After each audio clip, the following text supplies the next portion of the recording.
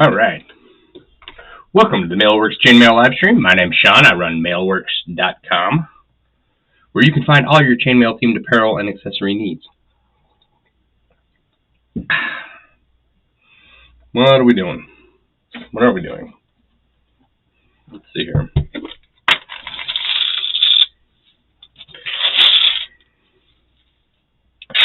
We're going to continue working on this plate.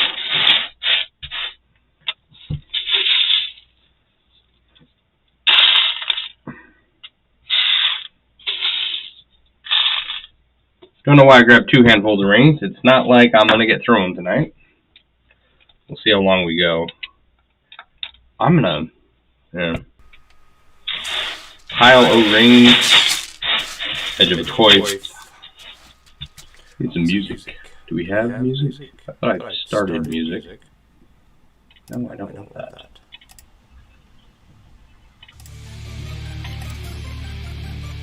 Cool. Alright. Better. Alright. So I was having fun with some of the stream graphics today.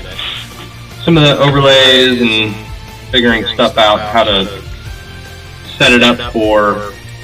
I need to turn my music down, that is too distracting. No. Okay.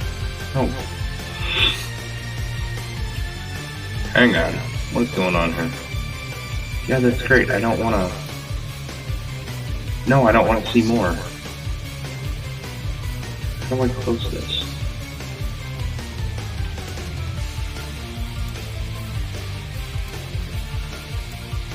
Okay, I guess if I hover over some notification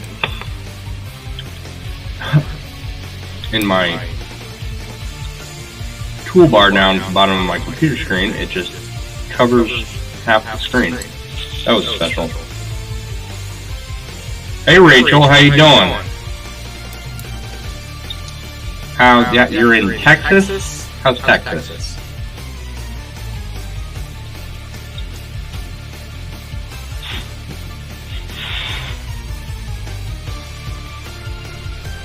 I miss Texas.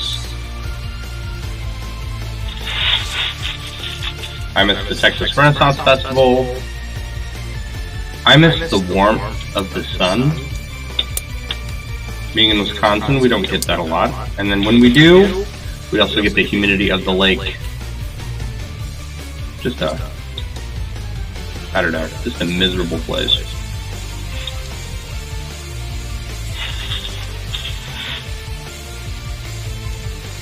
Alright, so cameras are up and working. Lights are up and working. The background, the new sound baffle foam pieces should be in next week, something like that. Texas hit 70 today. I don't even want to think about where we were at. It's supposed to warm up to 44 tomorrow, but we also have a chance of freezing rain or something. I'm not quite sure how that works, but I get to go drive in it, so it's decently humid here all the time. What part of Texas are you at?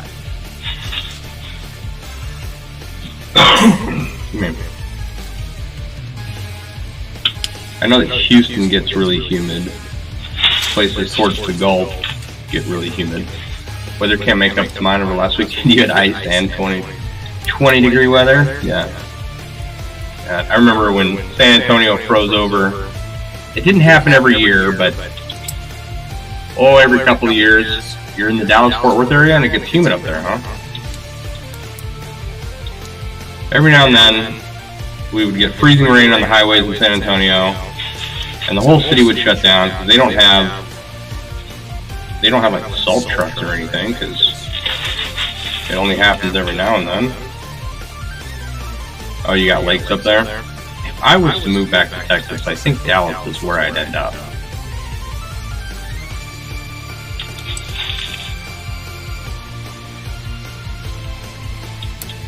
The 3 locations I would move to from here are the Tennessee, Kentucky area, Idaho, where I'm from, and the Dallas-Fort Worth area.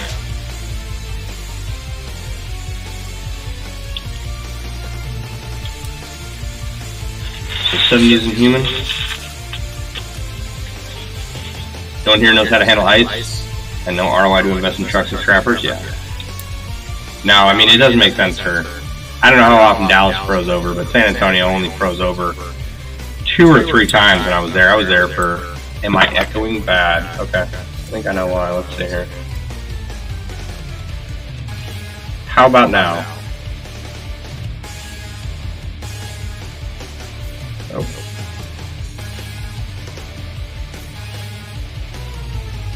There. That should have fixed it. 3 to 5 days a year. Yeah, changing all the settings and everything reset a bunch of previous settings I had to stop the echoing. Because there's a microphone on that camera, and there's a microphone on the computer, audio coming from the speakers, and then I have my microphone. That goes better? Good. Thank you. Thank you for letting me know. Last year was a once every 10 years type of blizzard. Fun.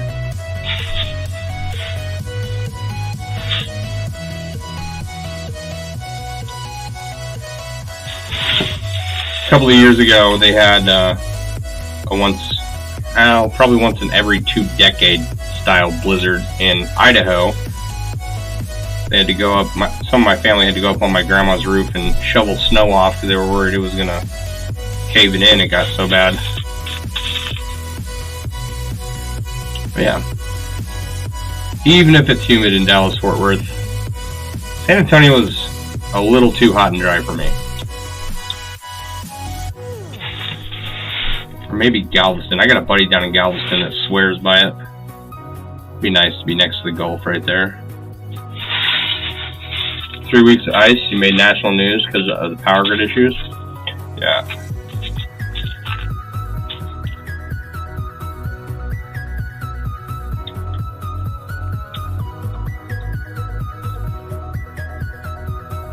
I read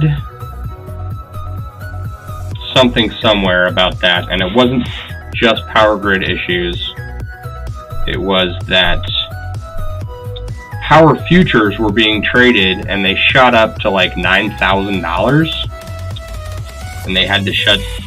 That contributed to them having to shut the power down. So like the energy, the value of the energy, the future value of the energy was being traded on an exchange somewhere. All city stuff there. You want land away from people? Yeah. Land away from people. I don't blame you.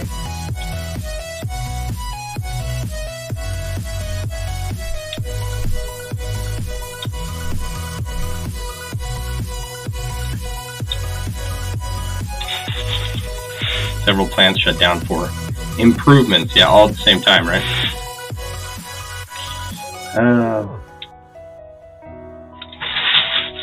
Like, you just gotta question what's going on with the infrastructure when you see some of the stuff that goes on, you know?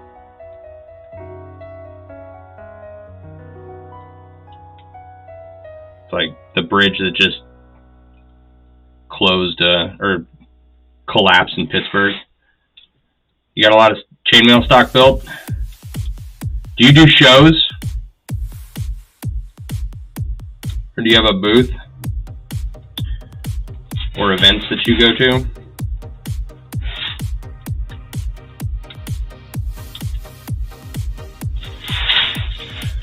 Right on.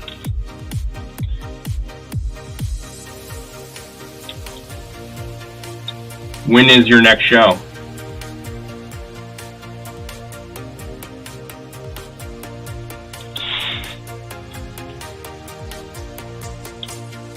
Smaller run fairs and Celtic festival in your area. I think there was an Irish festival I went to in Dallas. That was a lot of fun.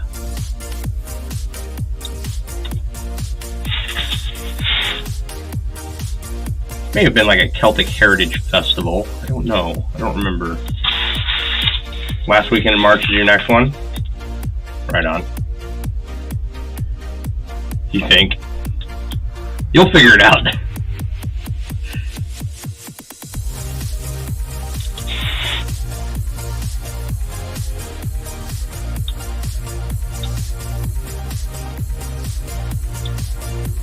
The North Texas Irish Festival, that's the one. Yeah, I had a good time there. What I liked about being in Texas, there was the Texas Renaissance Festival, and then Sherwood Forest Fair, and then the North Texas Irish Festival. It's on a calendar with a reminder so you don't have to worry about it. There you go. It's a way to do it. Automate everything so you don't have to think about it, so you can focus on what you're doing.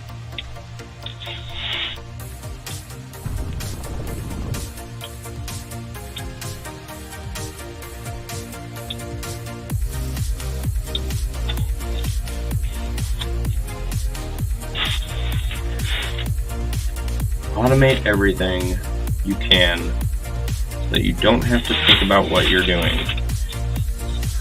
Hey Barb, how you doing? Random small Celtic events, right on.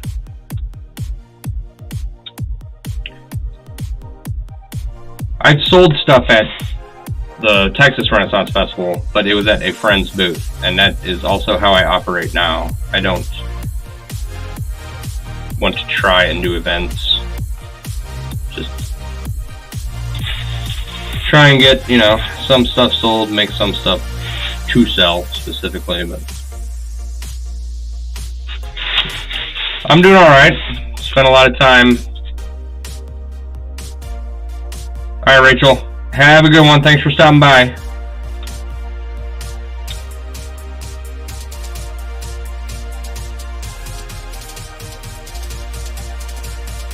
You go as a patron for a few years to see traffic and buy patterns before you vent. Nice. Now you make, before you go, you make dresses too, right? Is that you? That's you. Is she gone? I think it's her and one other person on my friend list. Make these really elaborate medieval patterned dresses. That is something I'd love to talk to someone about.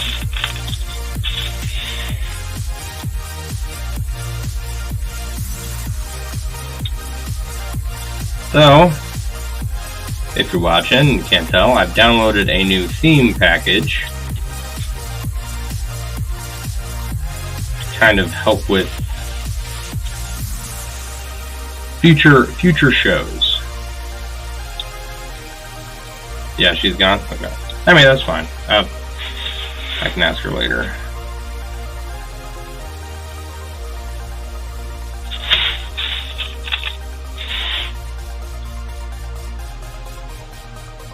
I've still got some tweaking to do. Still gotta put the sound baffles up.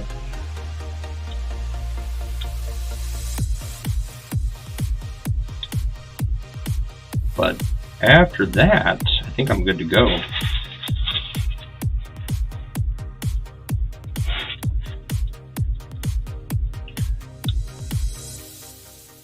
I'm going to start lining up my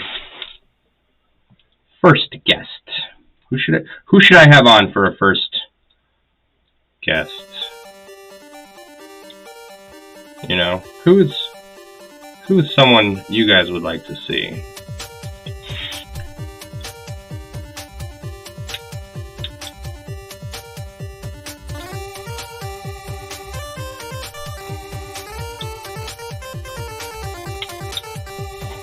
I have ideas. Jennifer Lauren Martinez.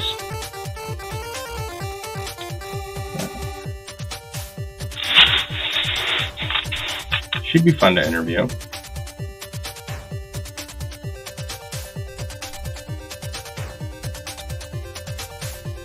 Jen Zimpetta.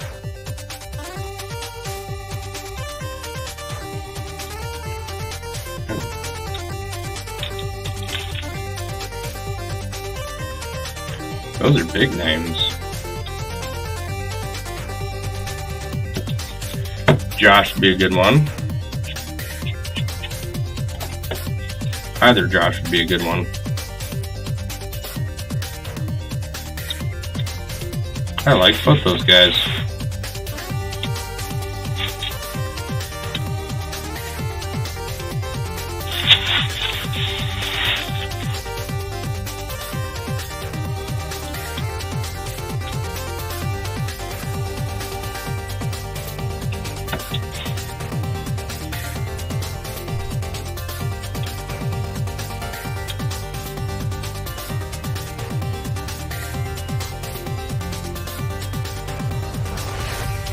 Oh crap.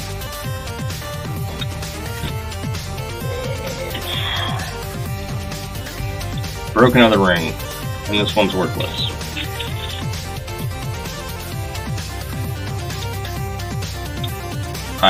Honestly, I can't wait to be done with this set of rings.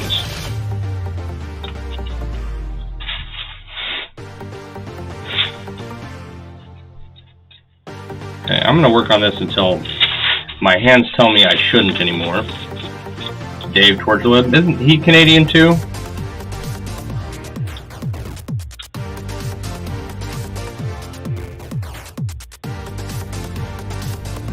Speaking of Canada, Barb, do you have any, what's the question? Do you have any people blocking up your travelways up there? Are you near Ottawa at all? I know you've told me where you're at, but, like, geographically I have no idea if that's close to those events. Not only a Canadian, a fellow Winnipegger. Alright, we got Winnipeg Pride right now. Okay.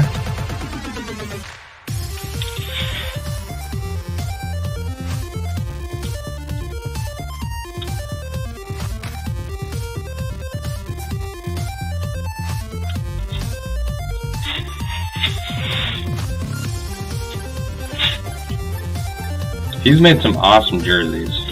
I tell you what. Pretty nice guy. What little I've interacted with him. See, now the problem with the format that I'm working with, right, is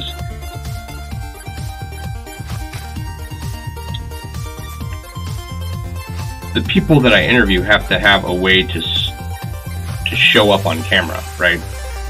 And not, you know, no one's going to spend the amount of money I spent on camera and lighting, which wasn't a lot, but, you know, it's not insignificant, just to appear in an interview.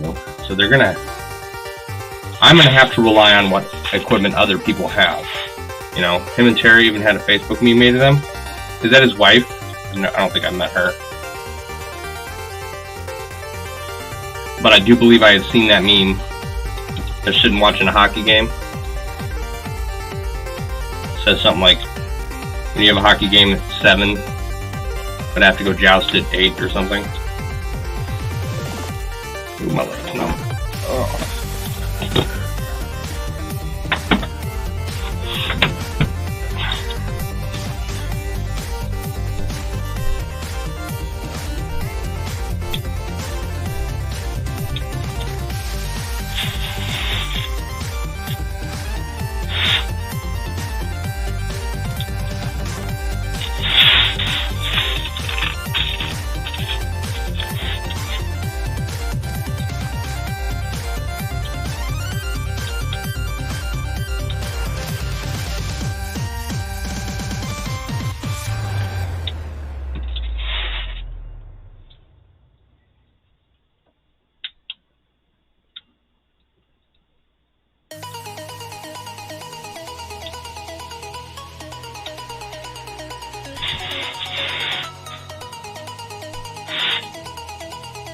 So I spent most of the day trying to figure out the protesters out in full force everywhere. Even in Winnipeg, like,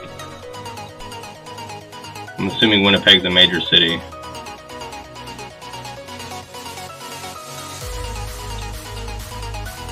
I screwed that up, didn't I?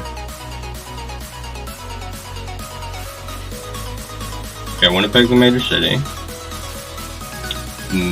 The bulk of the trucks, as I understand it, are in Ottawa.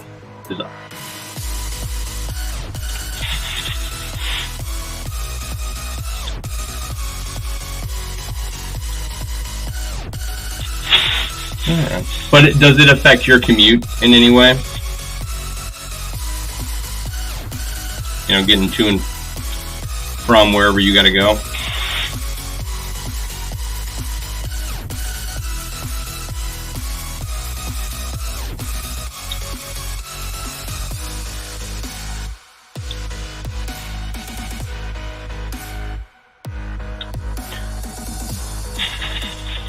Interesting thing going on up there, that's for sure.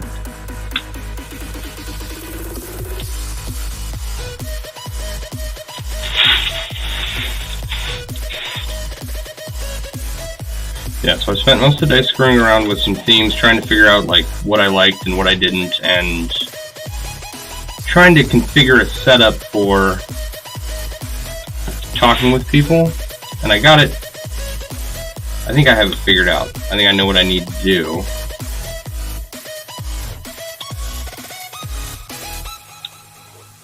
Now, yeah, but you don't get out much. Might tomorrow when we're out and about for respite. Hey, Rick. How you doing? Howdy to Barb and anyone else floating around. How'd your stream go, Rick?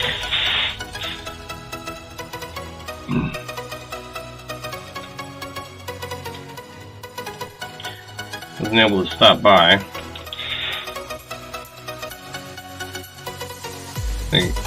All the people I want to watch stream at a time when I can't. You know?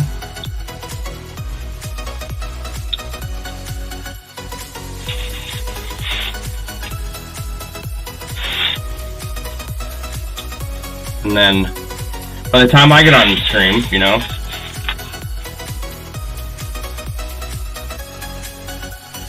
I have a few loving friends who come hang out with me. I think the bulk of people are done, you know, like people on the East Coast, they're in bed at this point. Most of them, anyway.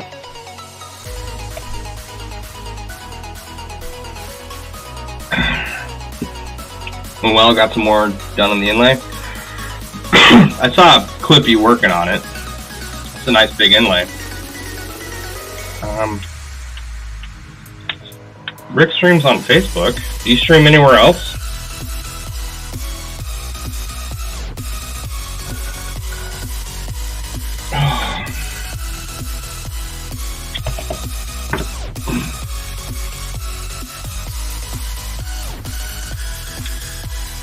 Oh, so I was going to show you before I get started, right?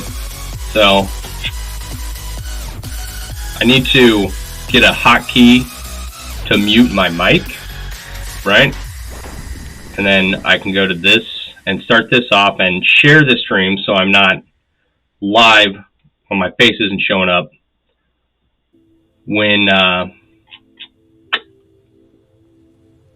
when I share my stream from my Facebook page to my personal profile, right? And then we start out here, right? Here. We go to here, right? And then this page, right? This is a screen capture page, so if I have someone zooming in, they can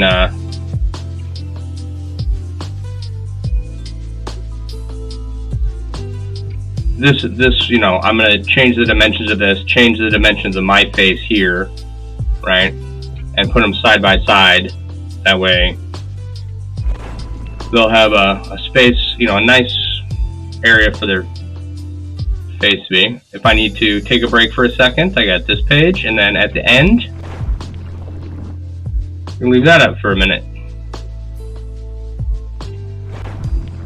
So that's what I was figuring out today, and how to get it all set up correctly, and finding. Yeah, Rick is the Booga Box. Anyway, what the hell was I saying? That is what I was doing today, was finding all those things and how they worked, and adding bots and stuff like that. So I'm kind of okay with how it's set up right now. The pink and the blue is not really my style, but it'll work for now.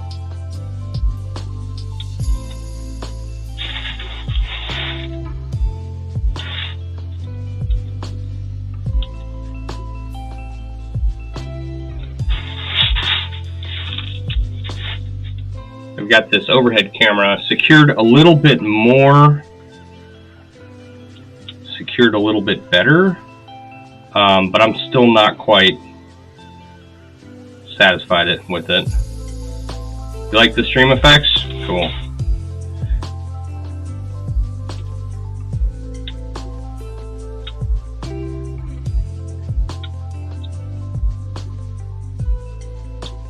Like, I like this theme. It's not quite what I'm looking for, so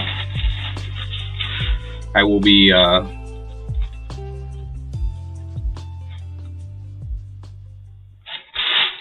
it might change.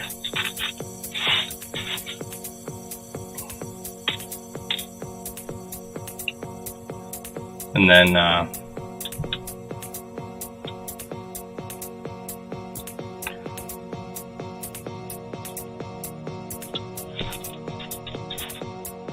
once I get everything else going, we'll start bringing people on. Hopefully, I hope it's something people want to do.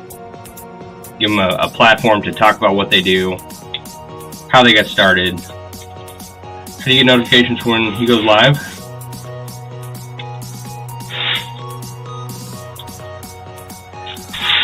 Don't those usually pop up when someone is streaming? So if you go to his last stream, there might be a button to push when you go into the stream to watch it. Oh god. It says notify me when BoogaBox goes live.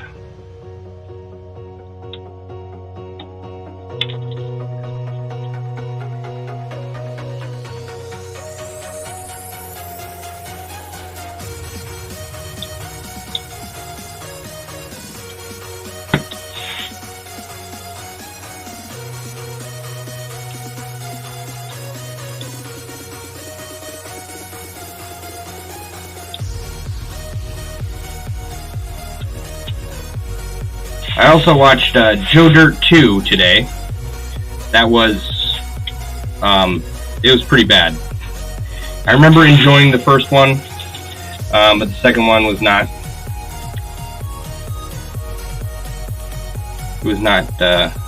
It wasn't as good. One of those where the sequel is just disappointed. One of the worst movies I've ever seen, but.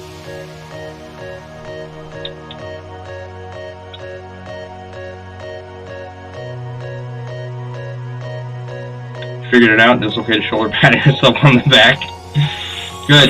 Good job.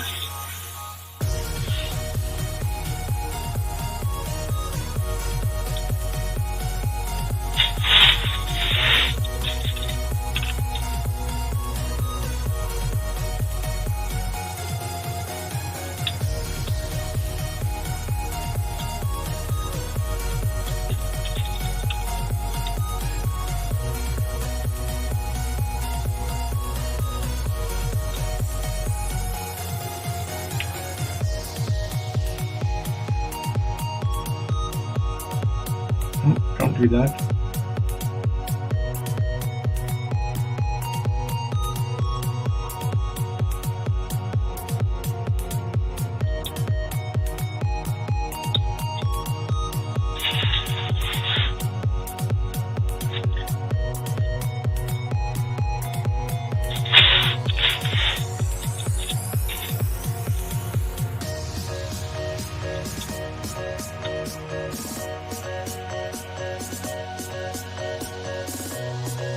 Okay.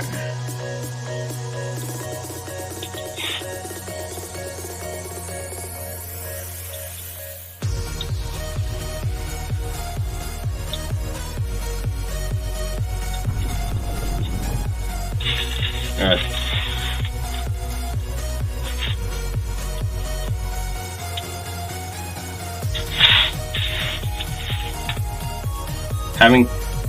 Having to true up each of these rings is almost everyone. Not that one. Apparently that one was good. All the rest of them, man. It's just so time consuming.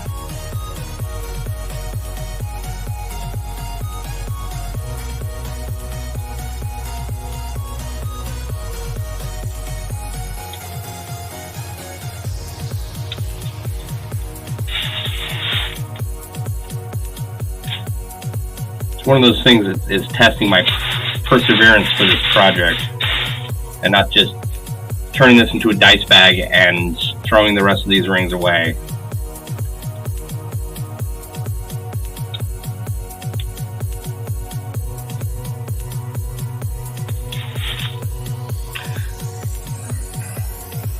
Now, Barb's in Canada. Rick, I know where you're at. Oh, hey, speaking of where you're at, not that my question has anything to do with where you're located. The laser engraving looks amazing, right? Now, my question is, is that the top portion? And by top, I mean like the curved portion of the buckle, or is it on the inside?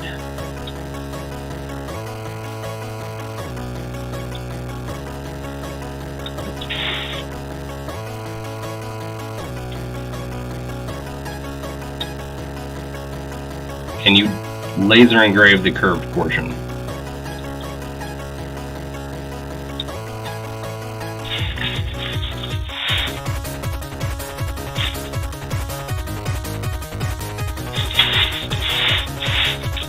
Did the inside on that one? Can you laser engrave the outside, or because it's curved, is that a problem?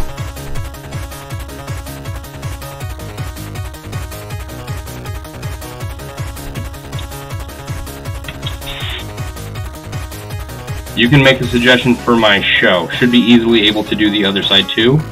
That's awesome. You can definitely make a suggestion, Barb. Feel free.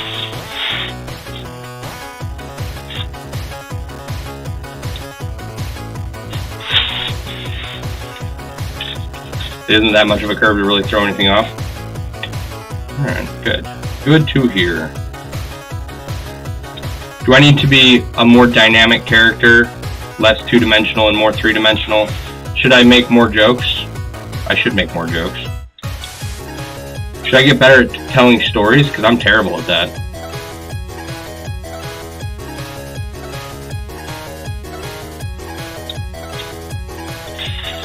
Should be a better host.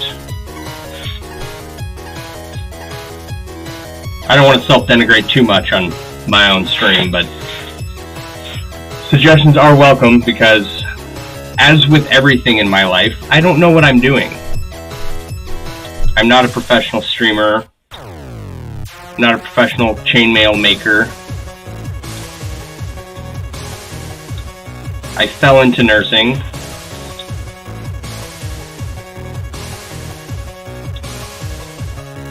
Wasn't quite what I dreamed I'd be doing, but I got lucky. I mean, being a nurse has had its, what do you call it? It's had its benefits. Instead of who you should interview, what if you interview people as they did a demonstration?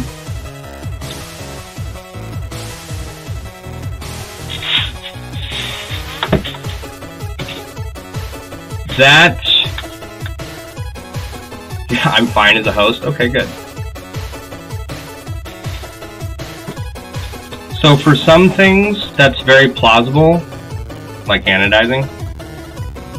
But once again, it boils down to, like, how many cameras do they have readily available to switch to toggle between while they're being interviewed? How familiar are they with the software? Because I wasn't that familiar with it. I am still trying to figure out how to do everything and get it set up correctly. Like, I understand the theory behind it and that it can be done, but, you know. So, but if someone has the right setup to do a demonstration while they're interviewing, or being interviewed, that would definitely be welcome. Give them a chance to show some basics, you know. So, okay.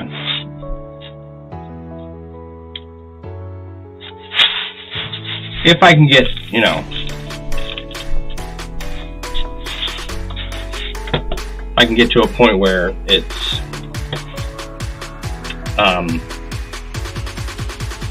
popular, right?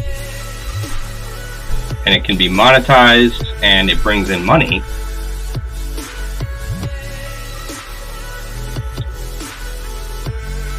that can change the format of the show a lot,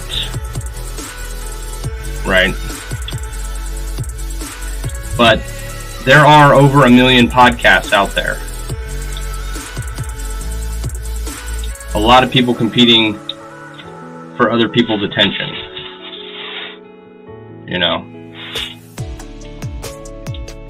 not that I can't be successful with it,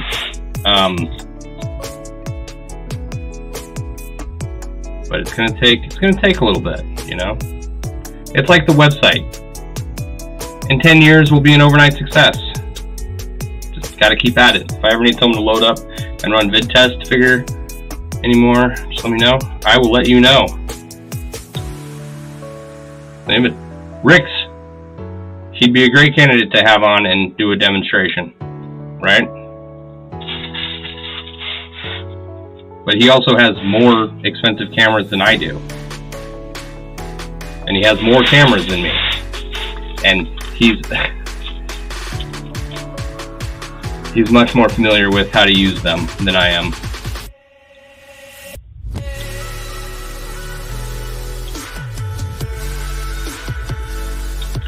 So, but, you know, I mean, just a little show. Meet the artist or the maker, or give an explanation on what they do. Have them show some stuff. Hopefully it elevates their visibility. Introduces someone else into whatever, you know, into a new hobby or craft they didn't know they would enjoy doing. Because one of the things that I advise people, Cameron, maybe we're in the software, you're still trying to figure that out?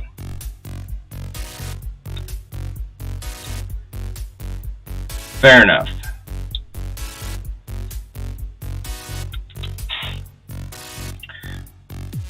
One of the things that I encourage people to engage in is making something, whatever it is. You know, it doesn't have to be as much as I make it, but, you know, have a hobby that makes you fit, have a hobby that makes you money, and have a hobby that you have fun with, right? Because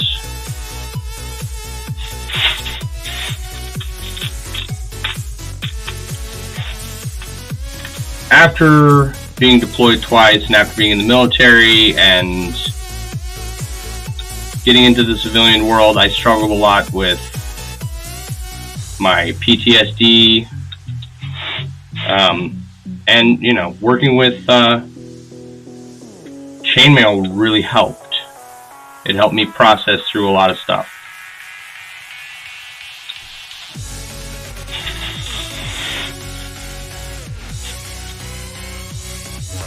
It helps me get through a lot of my anxiety, you know? And if I can bring that to someone else and show them how it's helped me and get them involved in whatever, you know? I don't care if it's underwater basket weaving or crochet or knitting or whatever, you know? You joined a senior center to get out more, and a friend of yours suggested you do a few demos to show the older folks what Chainmail is all about. Yeah, absolutely. Absolutely. Because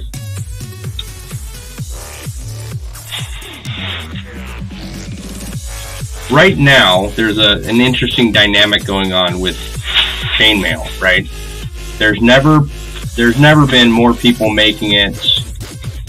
There's never been more suppliers. There's never been more materials you can order rings out of with which to make a project from.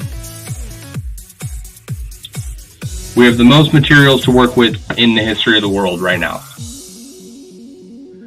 Too many people think about the letter writing crap from years ago? Yeah, 100%. Okay, so we have all this stuff going on with chainmail, right? Mars rovers, giant chainmail curtains to protect the Hell House, giant plastic chainmail curtains to cool down industrial-sized buildings, right? Chainmail used in landscaping to help stop erosion. Okay? We have all that going on. But the layman, right? The layman, they think either that chainmail has, it's just sending emails, you know, forwarding to people or whatever, forward this to 10 people and you won't die tomorrow or something, right? Or they think of, you know, medieval times or Lord of the Rings, or there's not a lot of exposure out there for people to be instantly recognizable of, say, a jewelry piece.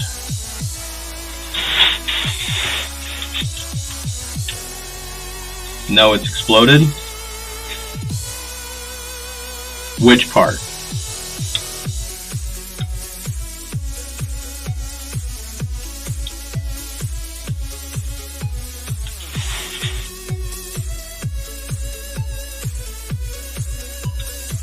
Like, we have, are you talking about like the number of materials and the number of tools that we have and the specialization of different artists into very specific niches inside of chainmail? The interest in chainmail? I think it's growing. I don't remember the number of people on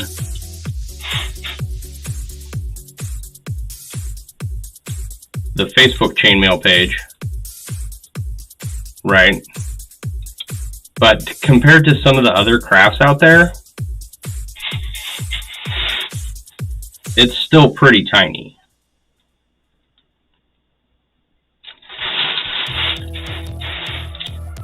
You know, knitting and sewing and crochet and leather work, that stuff's all been around for forever. Everybody learned it from their grandma, and they've been doing it for their whole lives. Whereas the ability to have pre-manufactured rings hasn't been around,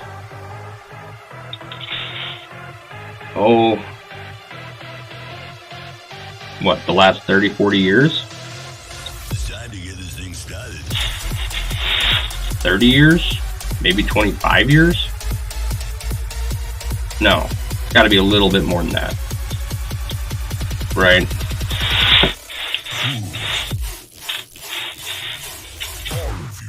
It's like, I don't know if you watch Forged in Fire, okay? Or if you watched anvil prices, okay? But as the popularity of Forged in Fire increased, so did the price of anvils across the nation. Fools, all of you. People got a little exposure to blacksmithing. They saw all these people on TV making blades and said, you know what, that looks like a lot of fun. And now you have all these backyard blacksmiths making really cool stuff.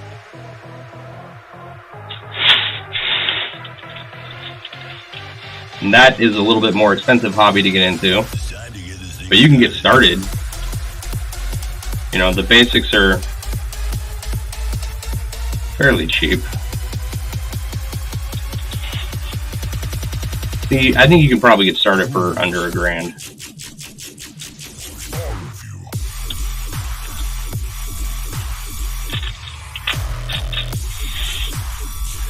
So,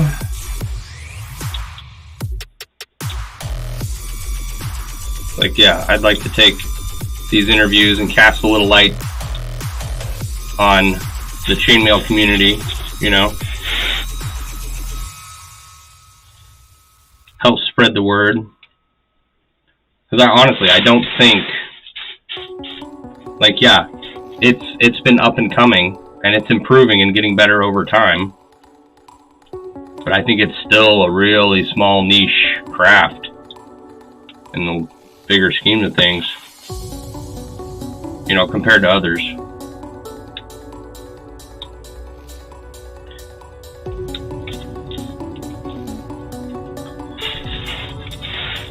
And I hope it continues to grow.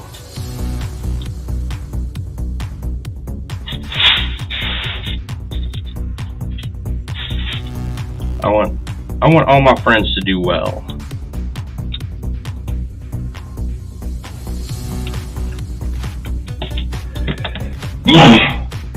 Excuse me.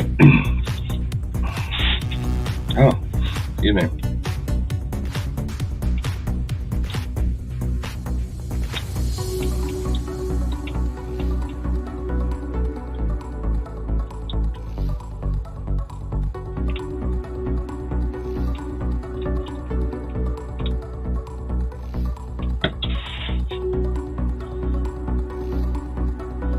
Thank you.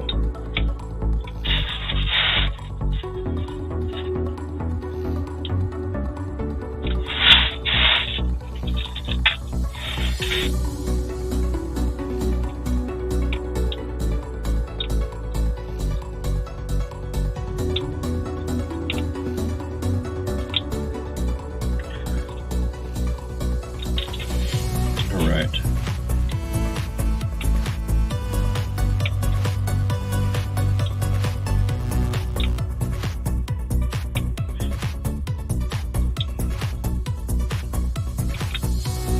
I just think that it would be cool to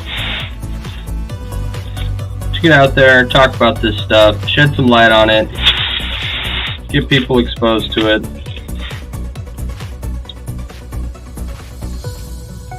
and then hopefully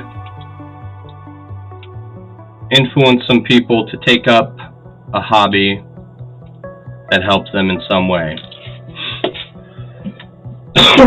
You meet a lot of people that have done a bit of chainmail, but they stopped because it's a lot of work. Seen many pieces they made, but they were like, after that, they were done. Yeah. No, I get it. It's a lot of work.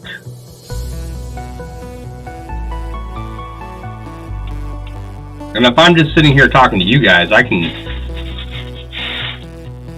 do this for a while, as long as my hands don't start hurting. Right? Like, we've been at this for 50 minutes. We're gonna go till at least 10. Okay. And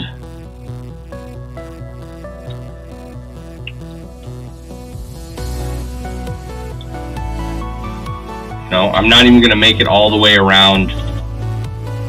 Like, I had this row, this outside row already started, and I'm not gonna make it all the way around in an hour and a half.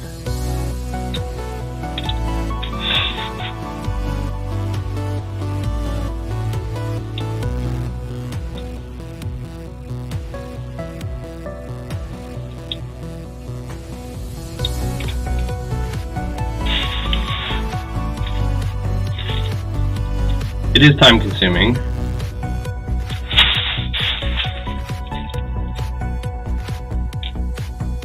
Like, I have,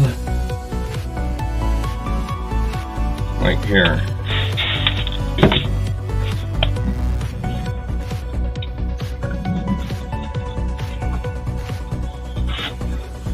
Oh.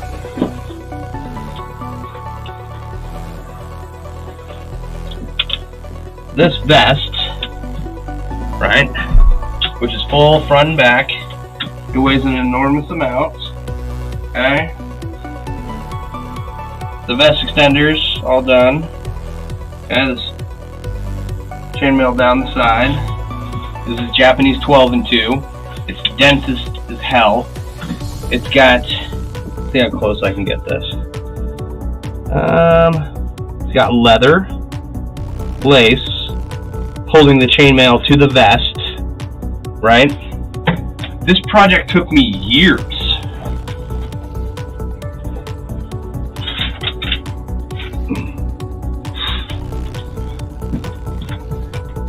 Right? It took me forever, but I love my motorcycle vest. It's awesome. It's heavy, and they can get It can get a little uncomfortable after, 8 hours, but it's not too bad.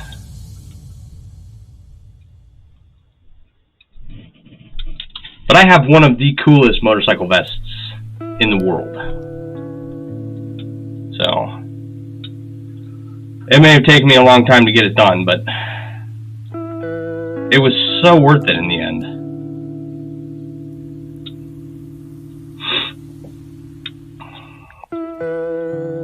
I think that took longer than most of the 3 shirts that I've done. Like, just time-wise. Like, if you cut out all the times I wasn't working on it, right? I think it's still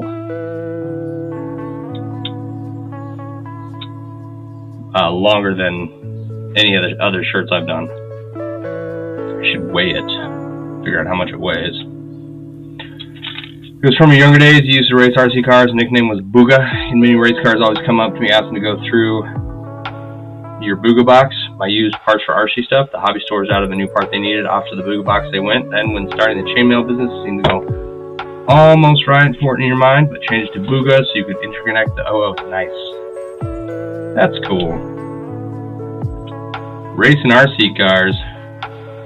I had an RC car. There's a little battery powered thing from like Radio Shack or something.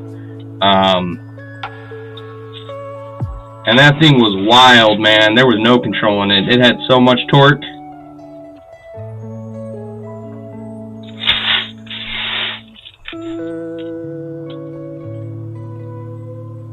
But yeah. I don't know. Any of these hobbies. Chainmail is one hobby where you can kind of start out and get the concepts down fairly quickly, and you can be really good at chainmail in a couple of weeks. You know?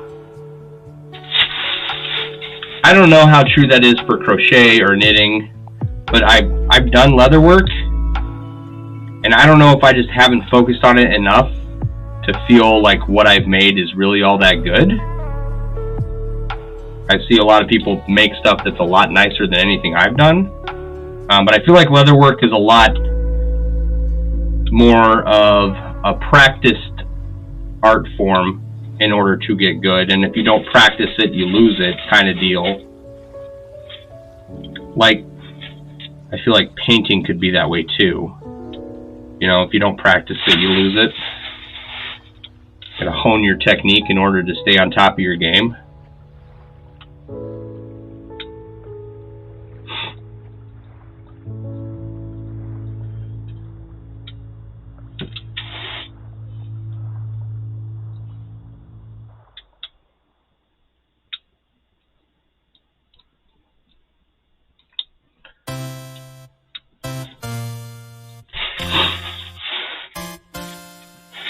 Oh, and you know what else about RC cars? So I had one. It was ridiculously fast. It accelerated fast. You couldn't control it, turning it, you know.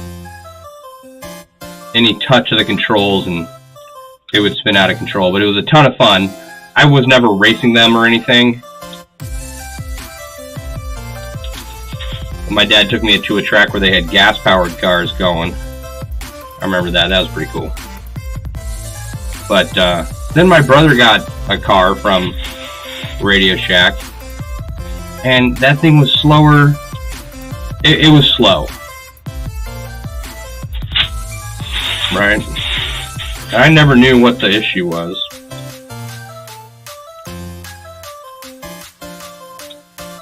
Alright, Barb, have a good night. Thank you for hanging out.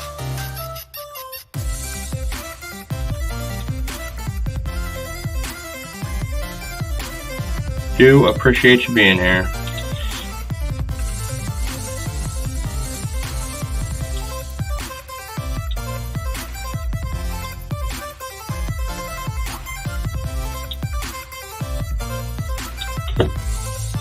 All right.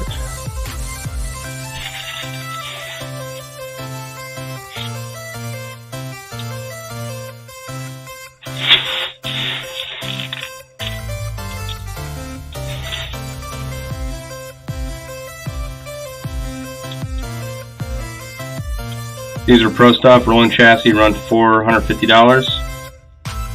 You could build the differentials, oil-filled shocks, and all kinds of adjustments. Then crazy electronics. Nice. That sounds like a lot of fun.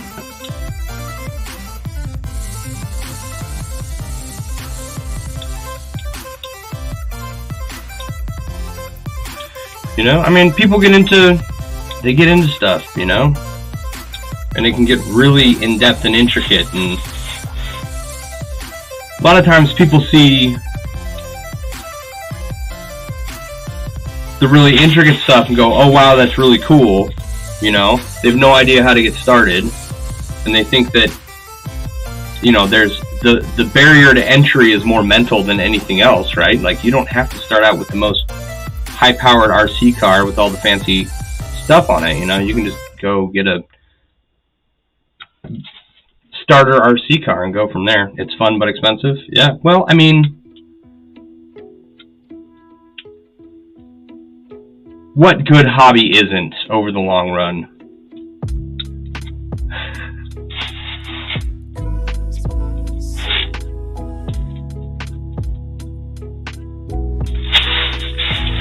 You know?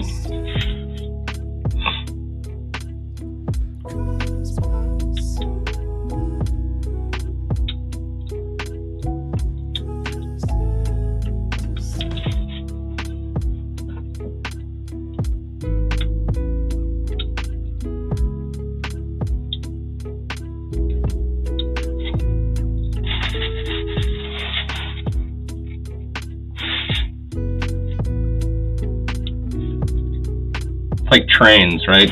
There are people who are really into trains. One of my patient's husbands is really into trains.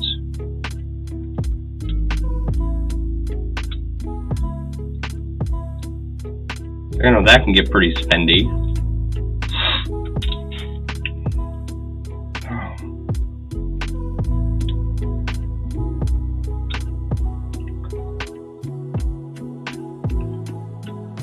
If racing anyway, they have good price stuff for the everyday plan, but with racing you're buying $150 batteries every few months, new motors. Yeah, no, I believe it. I mean, that sounds similar to like drag racing or racing the Indy 500 or something, right? Or Formula One, right? You spend all your money on all the parts for your car.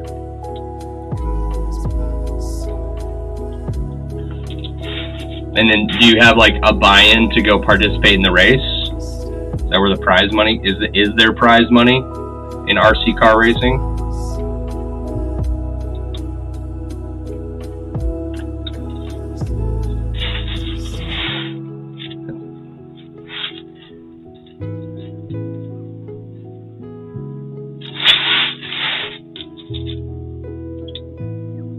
Because one of the things, or like I was saying, right?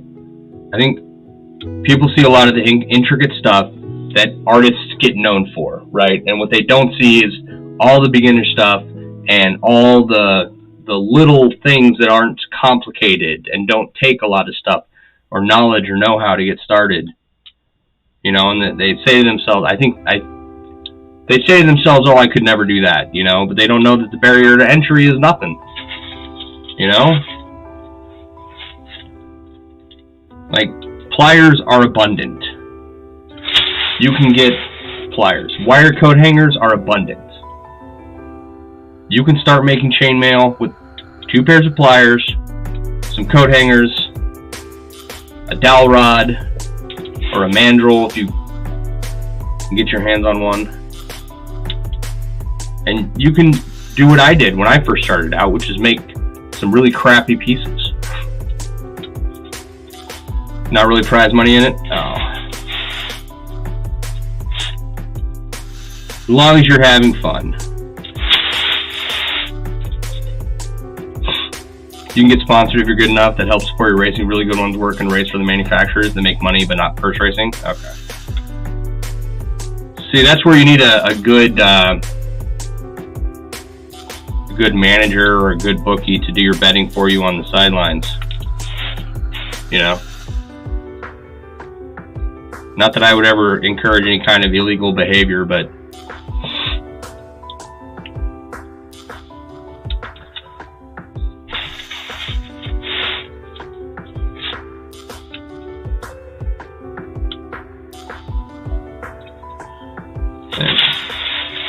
like, what is a hobby that is really expensive that cost is 100% a barrier to entry, right? I think that like horse racing or yacht racing or horse ownership and yacht ownership in general have large prohibitive costs, you know? Large prohibitive costs.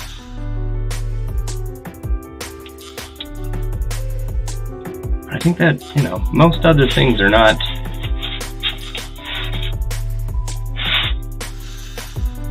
I think people don't get involved because they don't know what to do to get started, where to go. They just know that what they're looking at looks expensive and looks expensive to learn how to make. So, and I could be wrong, right?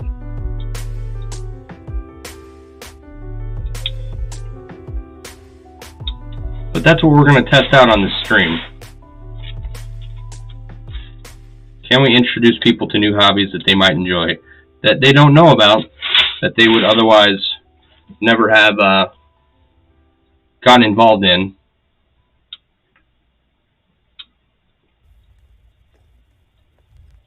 I think so. I think it's a good idea. Right?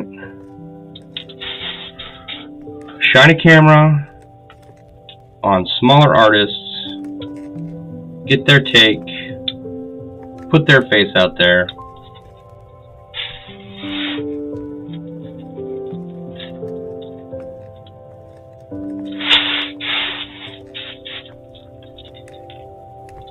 There'd be smaller side things like that, but that was more grudge style stuff, like guys you only see once a year at regionals or nationals. Fair enough.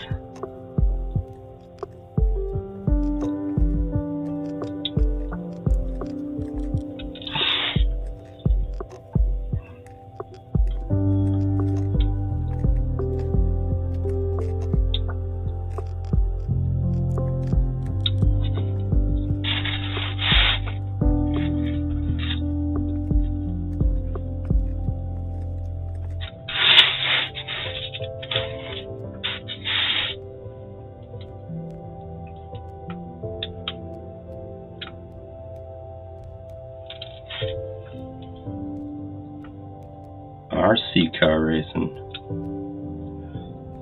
Yeah, I remember this was in Boise, Idaho, right? And they had two tracks. They had a dirt track and a solid track. I think I only ever saw cars on, well, no, maybe I did see cars on both. I don't remember.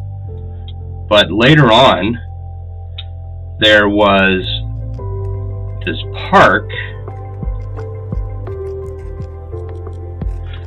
and it had softball fields, it had an archery range, and it had a RC car course with, like, what do you call it? Not bleachers, but there were like elevated sitting areas.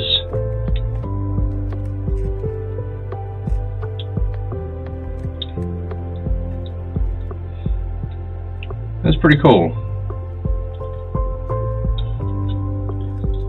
Fun to go and watch people who are much better at driving RC cars than I am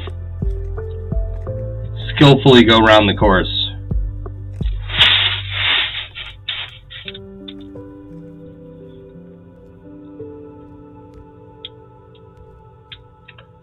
Driver stands, yeah, something like that.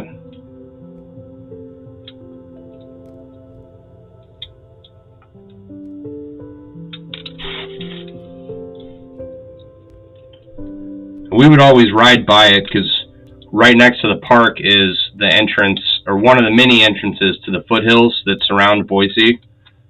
And, oh, you got to get up there to see the full track? That makes sense. So we would go mountain biking in the foothills, and we'd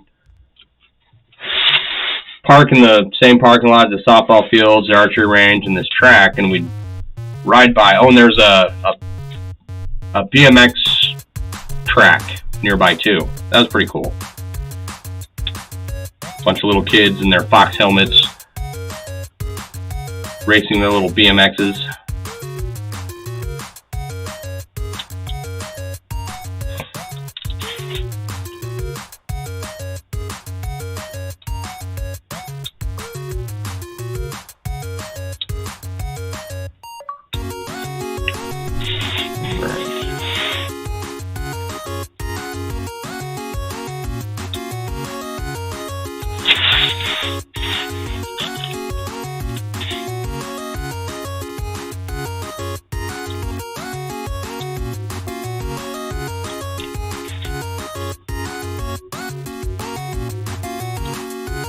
shooting has become somewhat prohibitive. You know?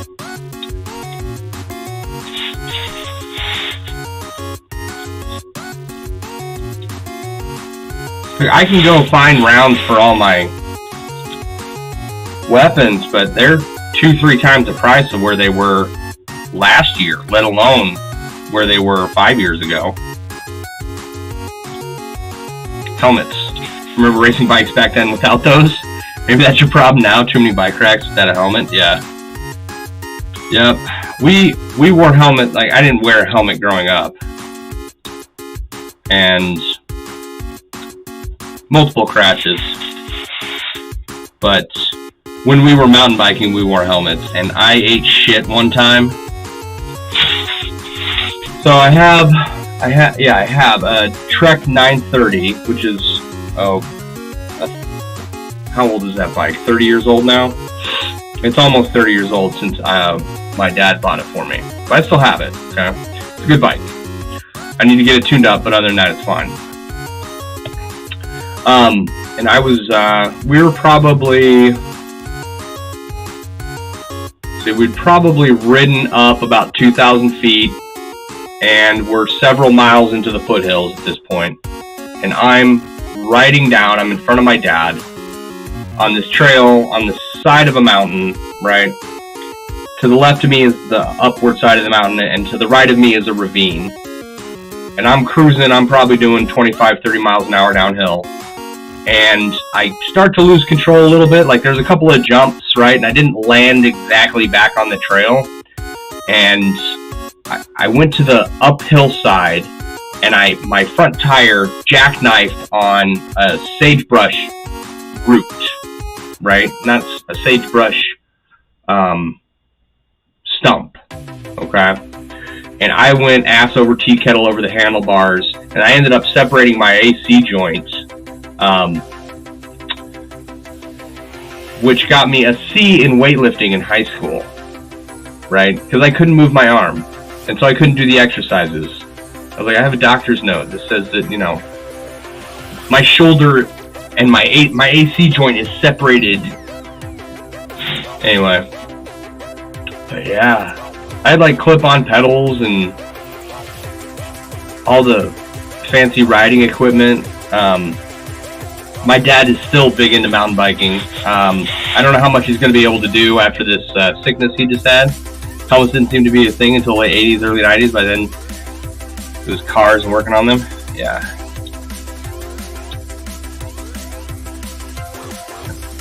Yeah, I talked to my dad the other day. He's still on oxygen. But he's getting better. Still moving slow.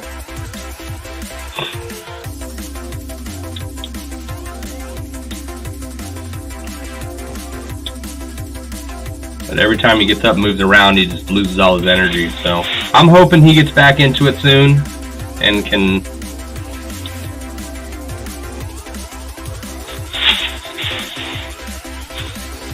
get back up, get his physical activity level back. So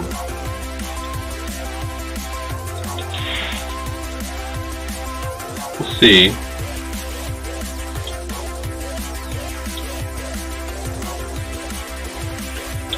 Okay, so it took me forever to get my FMLA paperwork from my company, right? Now I'm waiting to hear back from the doctor. You have a scar through your whole eyebrow from face planting your bike on the road when you were 12. Your glasses got stuck into your forehead. Nice. That's awesome. I'm sorry that happened to you.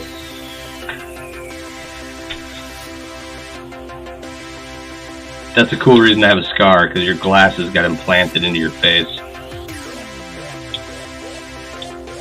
Not that I want anyone to have a scar that way. I just, you know.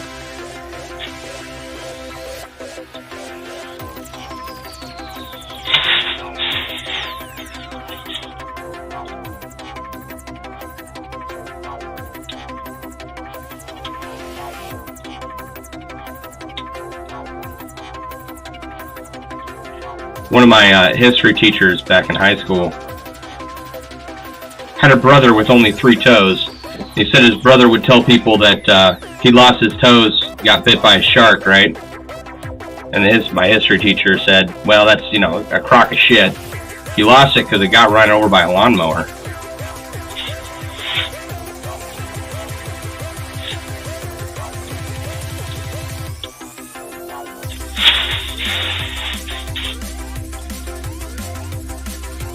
Like, maybe I should make up fun stories about my scars. I don't know, I'm sure, okay, you know what, actually, on this camera, right, and not the one in the center of my head, I fell down in the parking lot, but this one, up here,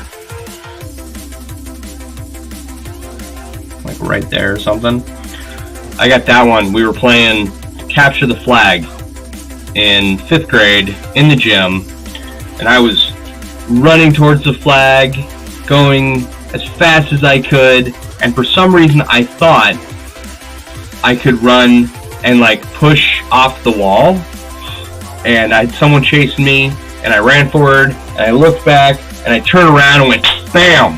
Right into the wall.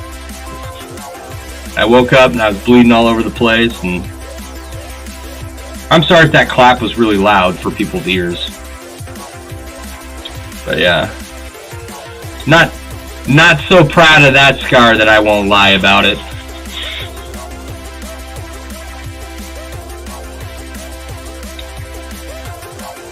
I did too. How old was I in 5th grade? 12? Are you 12 years old in 5th grade? How's my son? My son's 7 in 2nd, so 10 years old. I wasn't the brightest kid. Let me just put it that way. I'm not the brightest human being. Like, I just screwed up that ring. You shouldn't laugh at that, but that's pretty damn funny. Yeah. I think it's funny. Now. An idiot kid running full force towards a brick wall as fast as he could to capture a flag. And just face planting into the brick.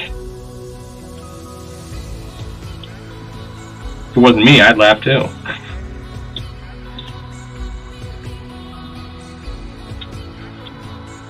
Yeah. After that bike accident though, man, like my shoulder's never been the same ever since.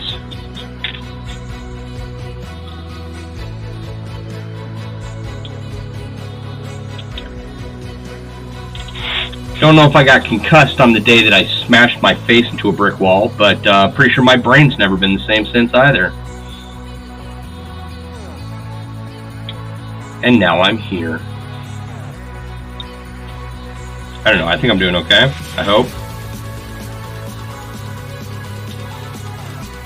After all the technological advancements of, I guess, you know, all the technological advancements of getting a new webcam and getting that set up and getting the overhead cam set up, and like the fact that, right?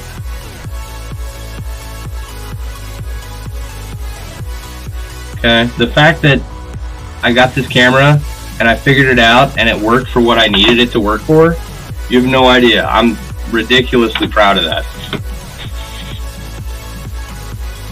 And lights.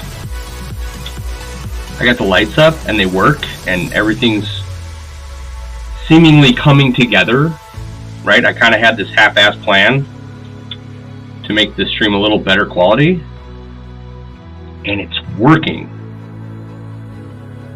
I could never, I am tickled at how much better the cameras are, how much better the whole stream is, you know?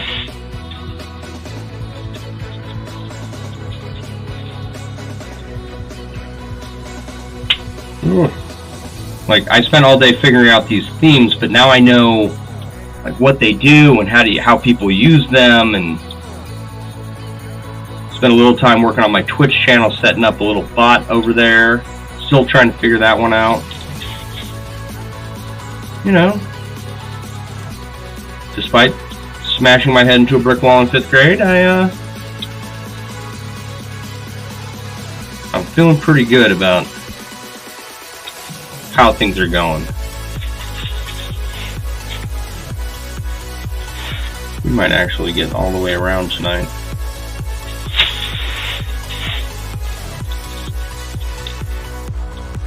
You got slapped off an 8-foot ladder by a half horsepower drill motor with a 4-inch hole saw. Yeah, that'll get you. That will get you.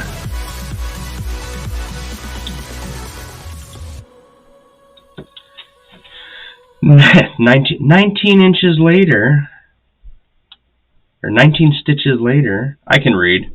I can. I know words. Yeah.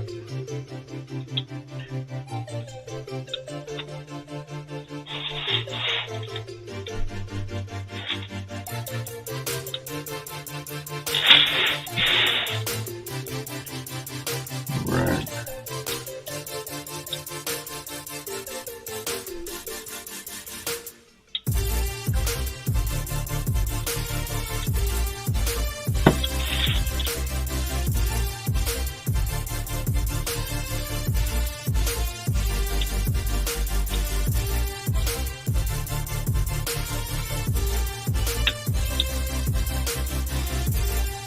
He held off a little bit better tonight, but the big boy's begging for his food and shot. Have a great night. You have a great night too, Rick. Thanks for being here. Thanks for getting back to me about that laser engraving. I do appreciate it. And then we'll talk about getting the rest of mine done. That is definitely something I want to do. And it may not be there. At the latest, April, if you have time. I don't think I'm going to be able to do it before then, but maybe. I'll let you know. So, thanks for hanging out. I do appreciate you being here.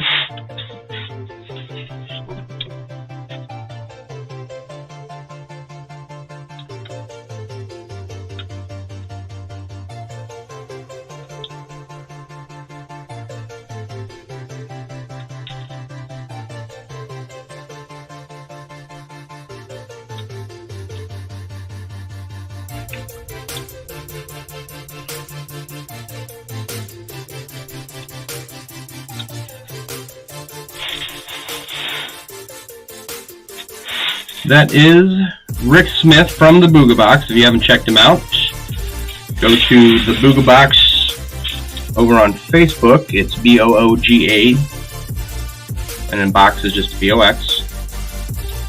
2 words. He's got a lot of experience with chainmail, and he makes a lot of interesting stuff. Good camera setup, good lighting. Be sure to check it out. It is, oh, you know what? It's 3 words. It is the Booga Box.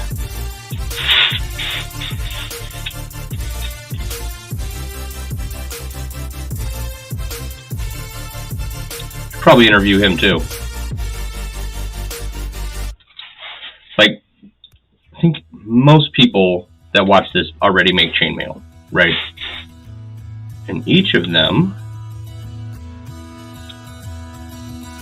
I don't know who's watching right now because it's just been me and Rick talking for a little bit, but I do have some regular viewers that would be fun to sit down with them, give them a little airtime and let them talk about how they got into what they're doing.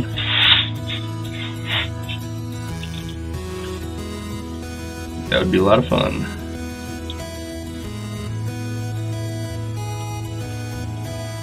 Ooh.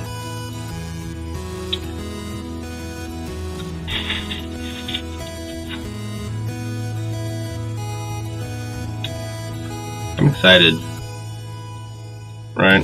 Like I was saying earlier, it does seem like this plan is coming together.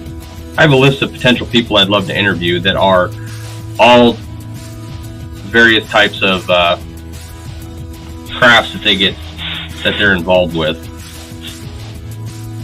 Ooh, maybe we should talk to a taxidermist. That'd be fun.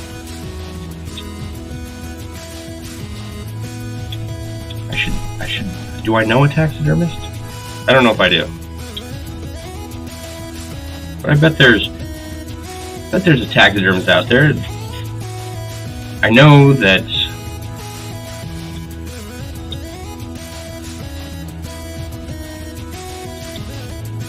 like it's not just mounting animals, right?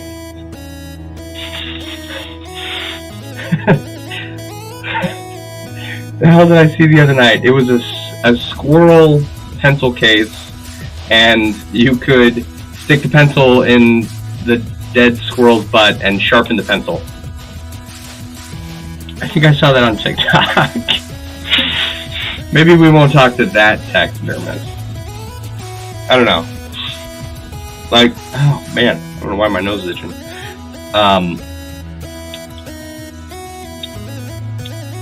There was, someone had a gallbladder with gallstones in it encased in resin.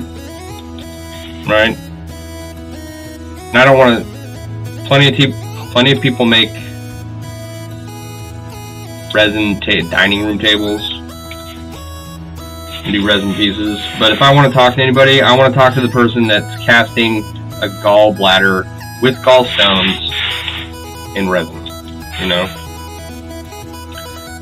Maybe that may not be my first episode, but maybe it should be. I don't know how to get a hold of that person, but... Oh, you know what? I have some tattoo artists I would like to interview as well. Don't do that. Come on. Oh, you son of a bitch. Oh my god. Really?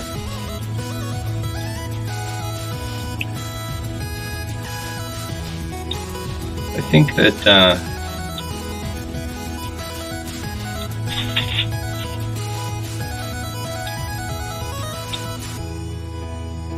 I think tattooing is probably something that people have a propensity to believe that the cost is prohibitive to get involved.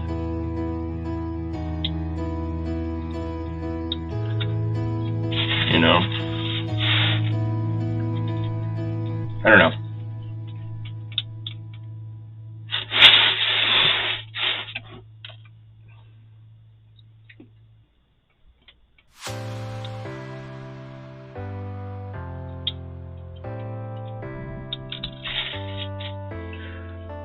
There's a lot of stuff out there that people are into.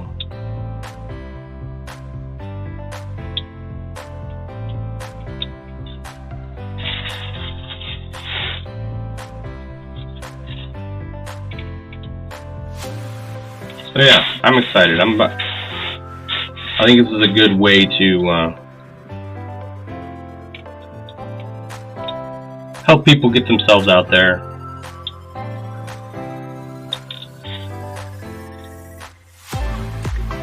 Just gotta start asking people if they want to be interviewed. Start setting them up. I did talk to one person, and I won't give away any details, right?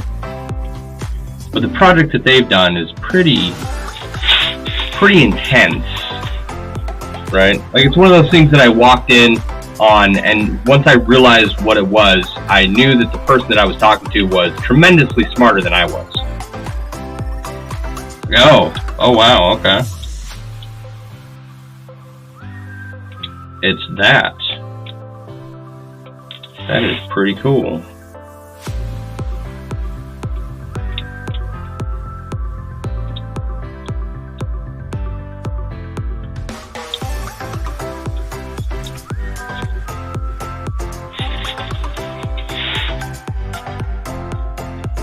Where are we at here? It's 10:07.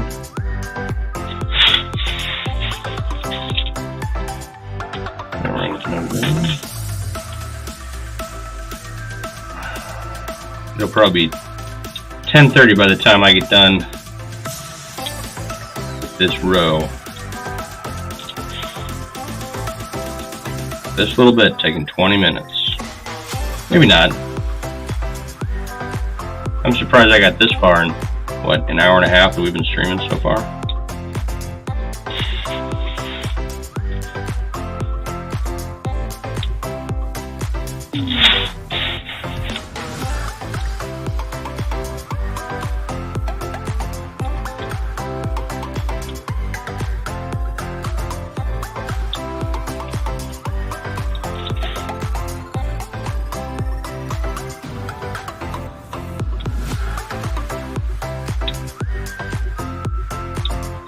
I've only made one other koi. It turned out pretty good. A buddy of mine wanted it for his Ren Fair costume. Like, alright. So I made one for him. That was out of 16 gauge 1/4 inch aluminum rings. Not too bad. It did take quite a bit of work if I remember correctly.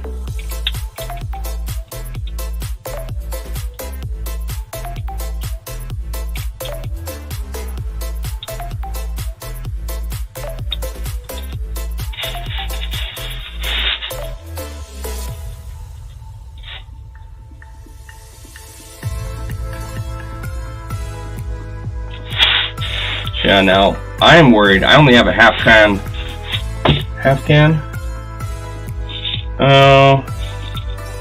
Somewhere between a half and a third of a can left of rings.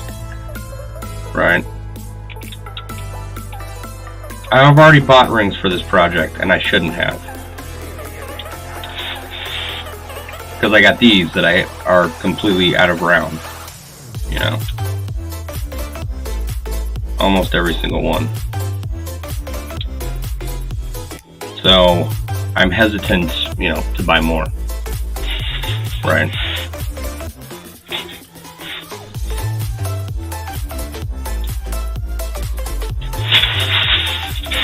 So I don't know. Between this and the other rings I had that I started with, we're getting close to running out of rings again. That ring isn't even round. Can you see this?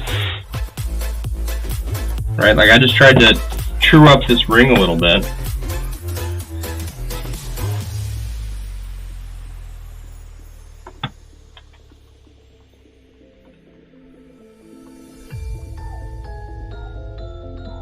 And can you see how deformed this ring is? It looks pretty round on camera. I don't know how well you can see it.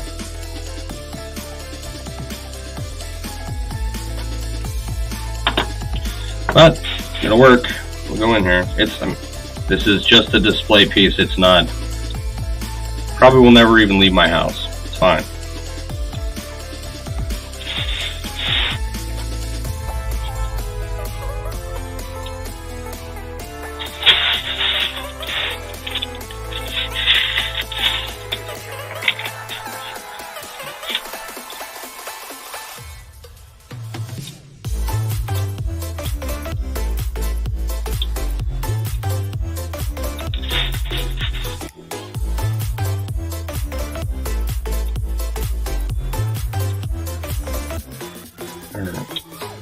One of the things that I want to do is I've got a monitor sitting around that doesn't really get a lot of use.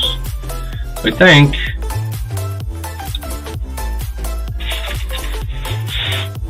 think and I'm gonna add it to my display here. I got the laptop in front of me, a ring light, a desk lamp, and some speakers, right? And if I move this computer over here a little bit, put the monitor on this side. Oh, I think that would make working everything a little simpler. What I really need is a whole other computer.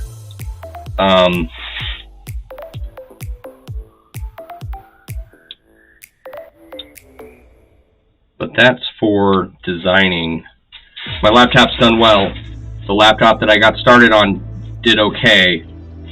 Not all the designs that are up on the website now were pretty much done on this computer, right?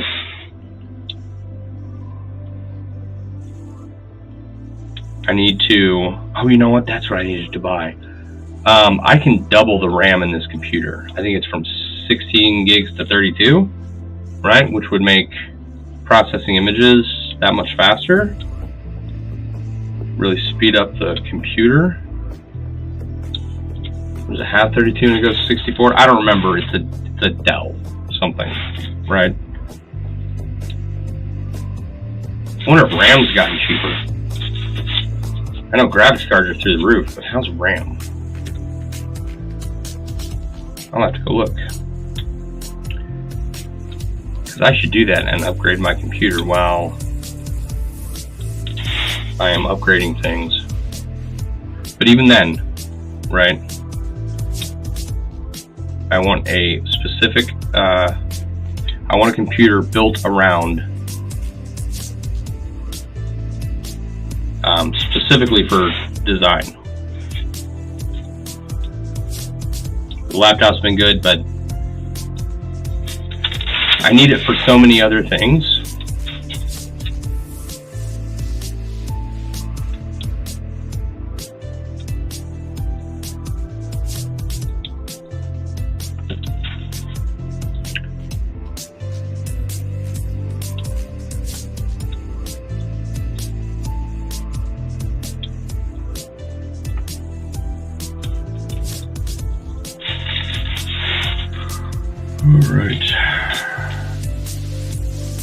Like streaming and all my website work and doing my taxes. Oh, that's what I forgot to do today. Alright, I need to make a note for myself. Print off all my paperwork for taxes.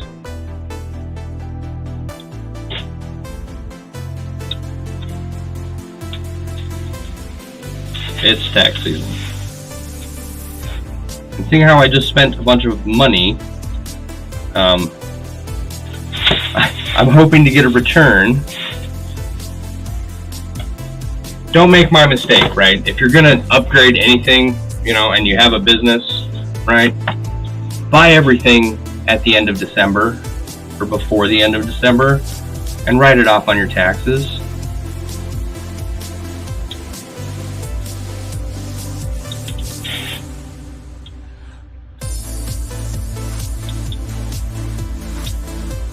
All the stuff I just bought to improve this stream I can't claim until next year.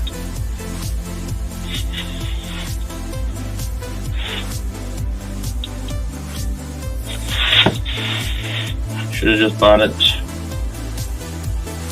on like Black Friday or something. I don't know.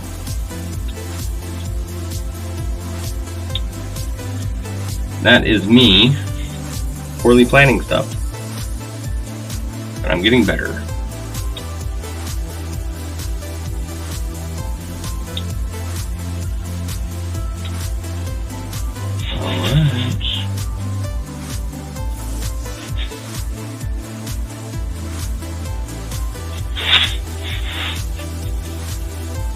Okay, so it only took like 13 minutes to finish this side. That's not too terrible.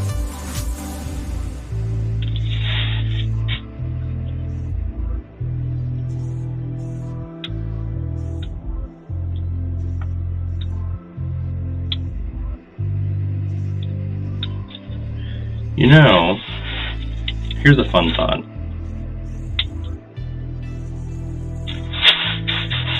What if we made this into a bag, like just an extra large chainmail bag, right? Instead of ordering more rings. We could use up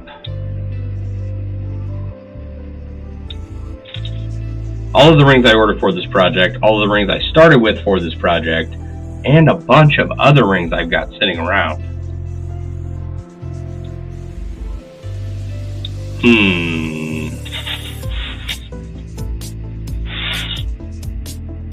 Oh, we could just make a large bag with like straps and a top and I don't know. Alright.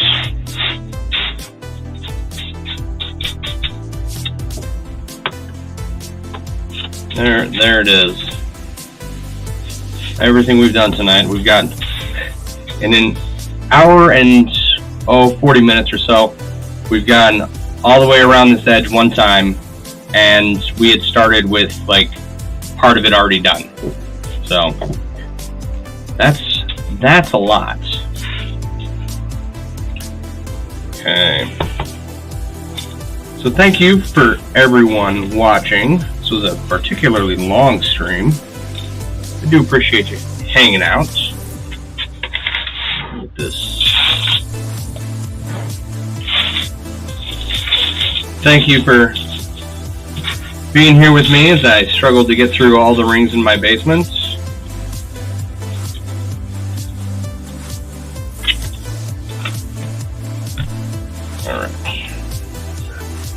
We're getting there little by little, you know, day by day. If I come down here for an hour a day, each day, at a minimum, a little bit will get done. Alright. We're getting back on track. We're getting the streams done. I've got some more design work to do this weekend. And then we're going to start with interviewing some people here fairly soon. So, yeah. I think that'll be a lot of fun. Alright, you guys have a wonderful evening. Be sure to check out MailleWerX.com for all your chainmail themed apparel and accessory needs. And I will see you all later. You all have a wonderful evening. Bye.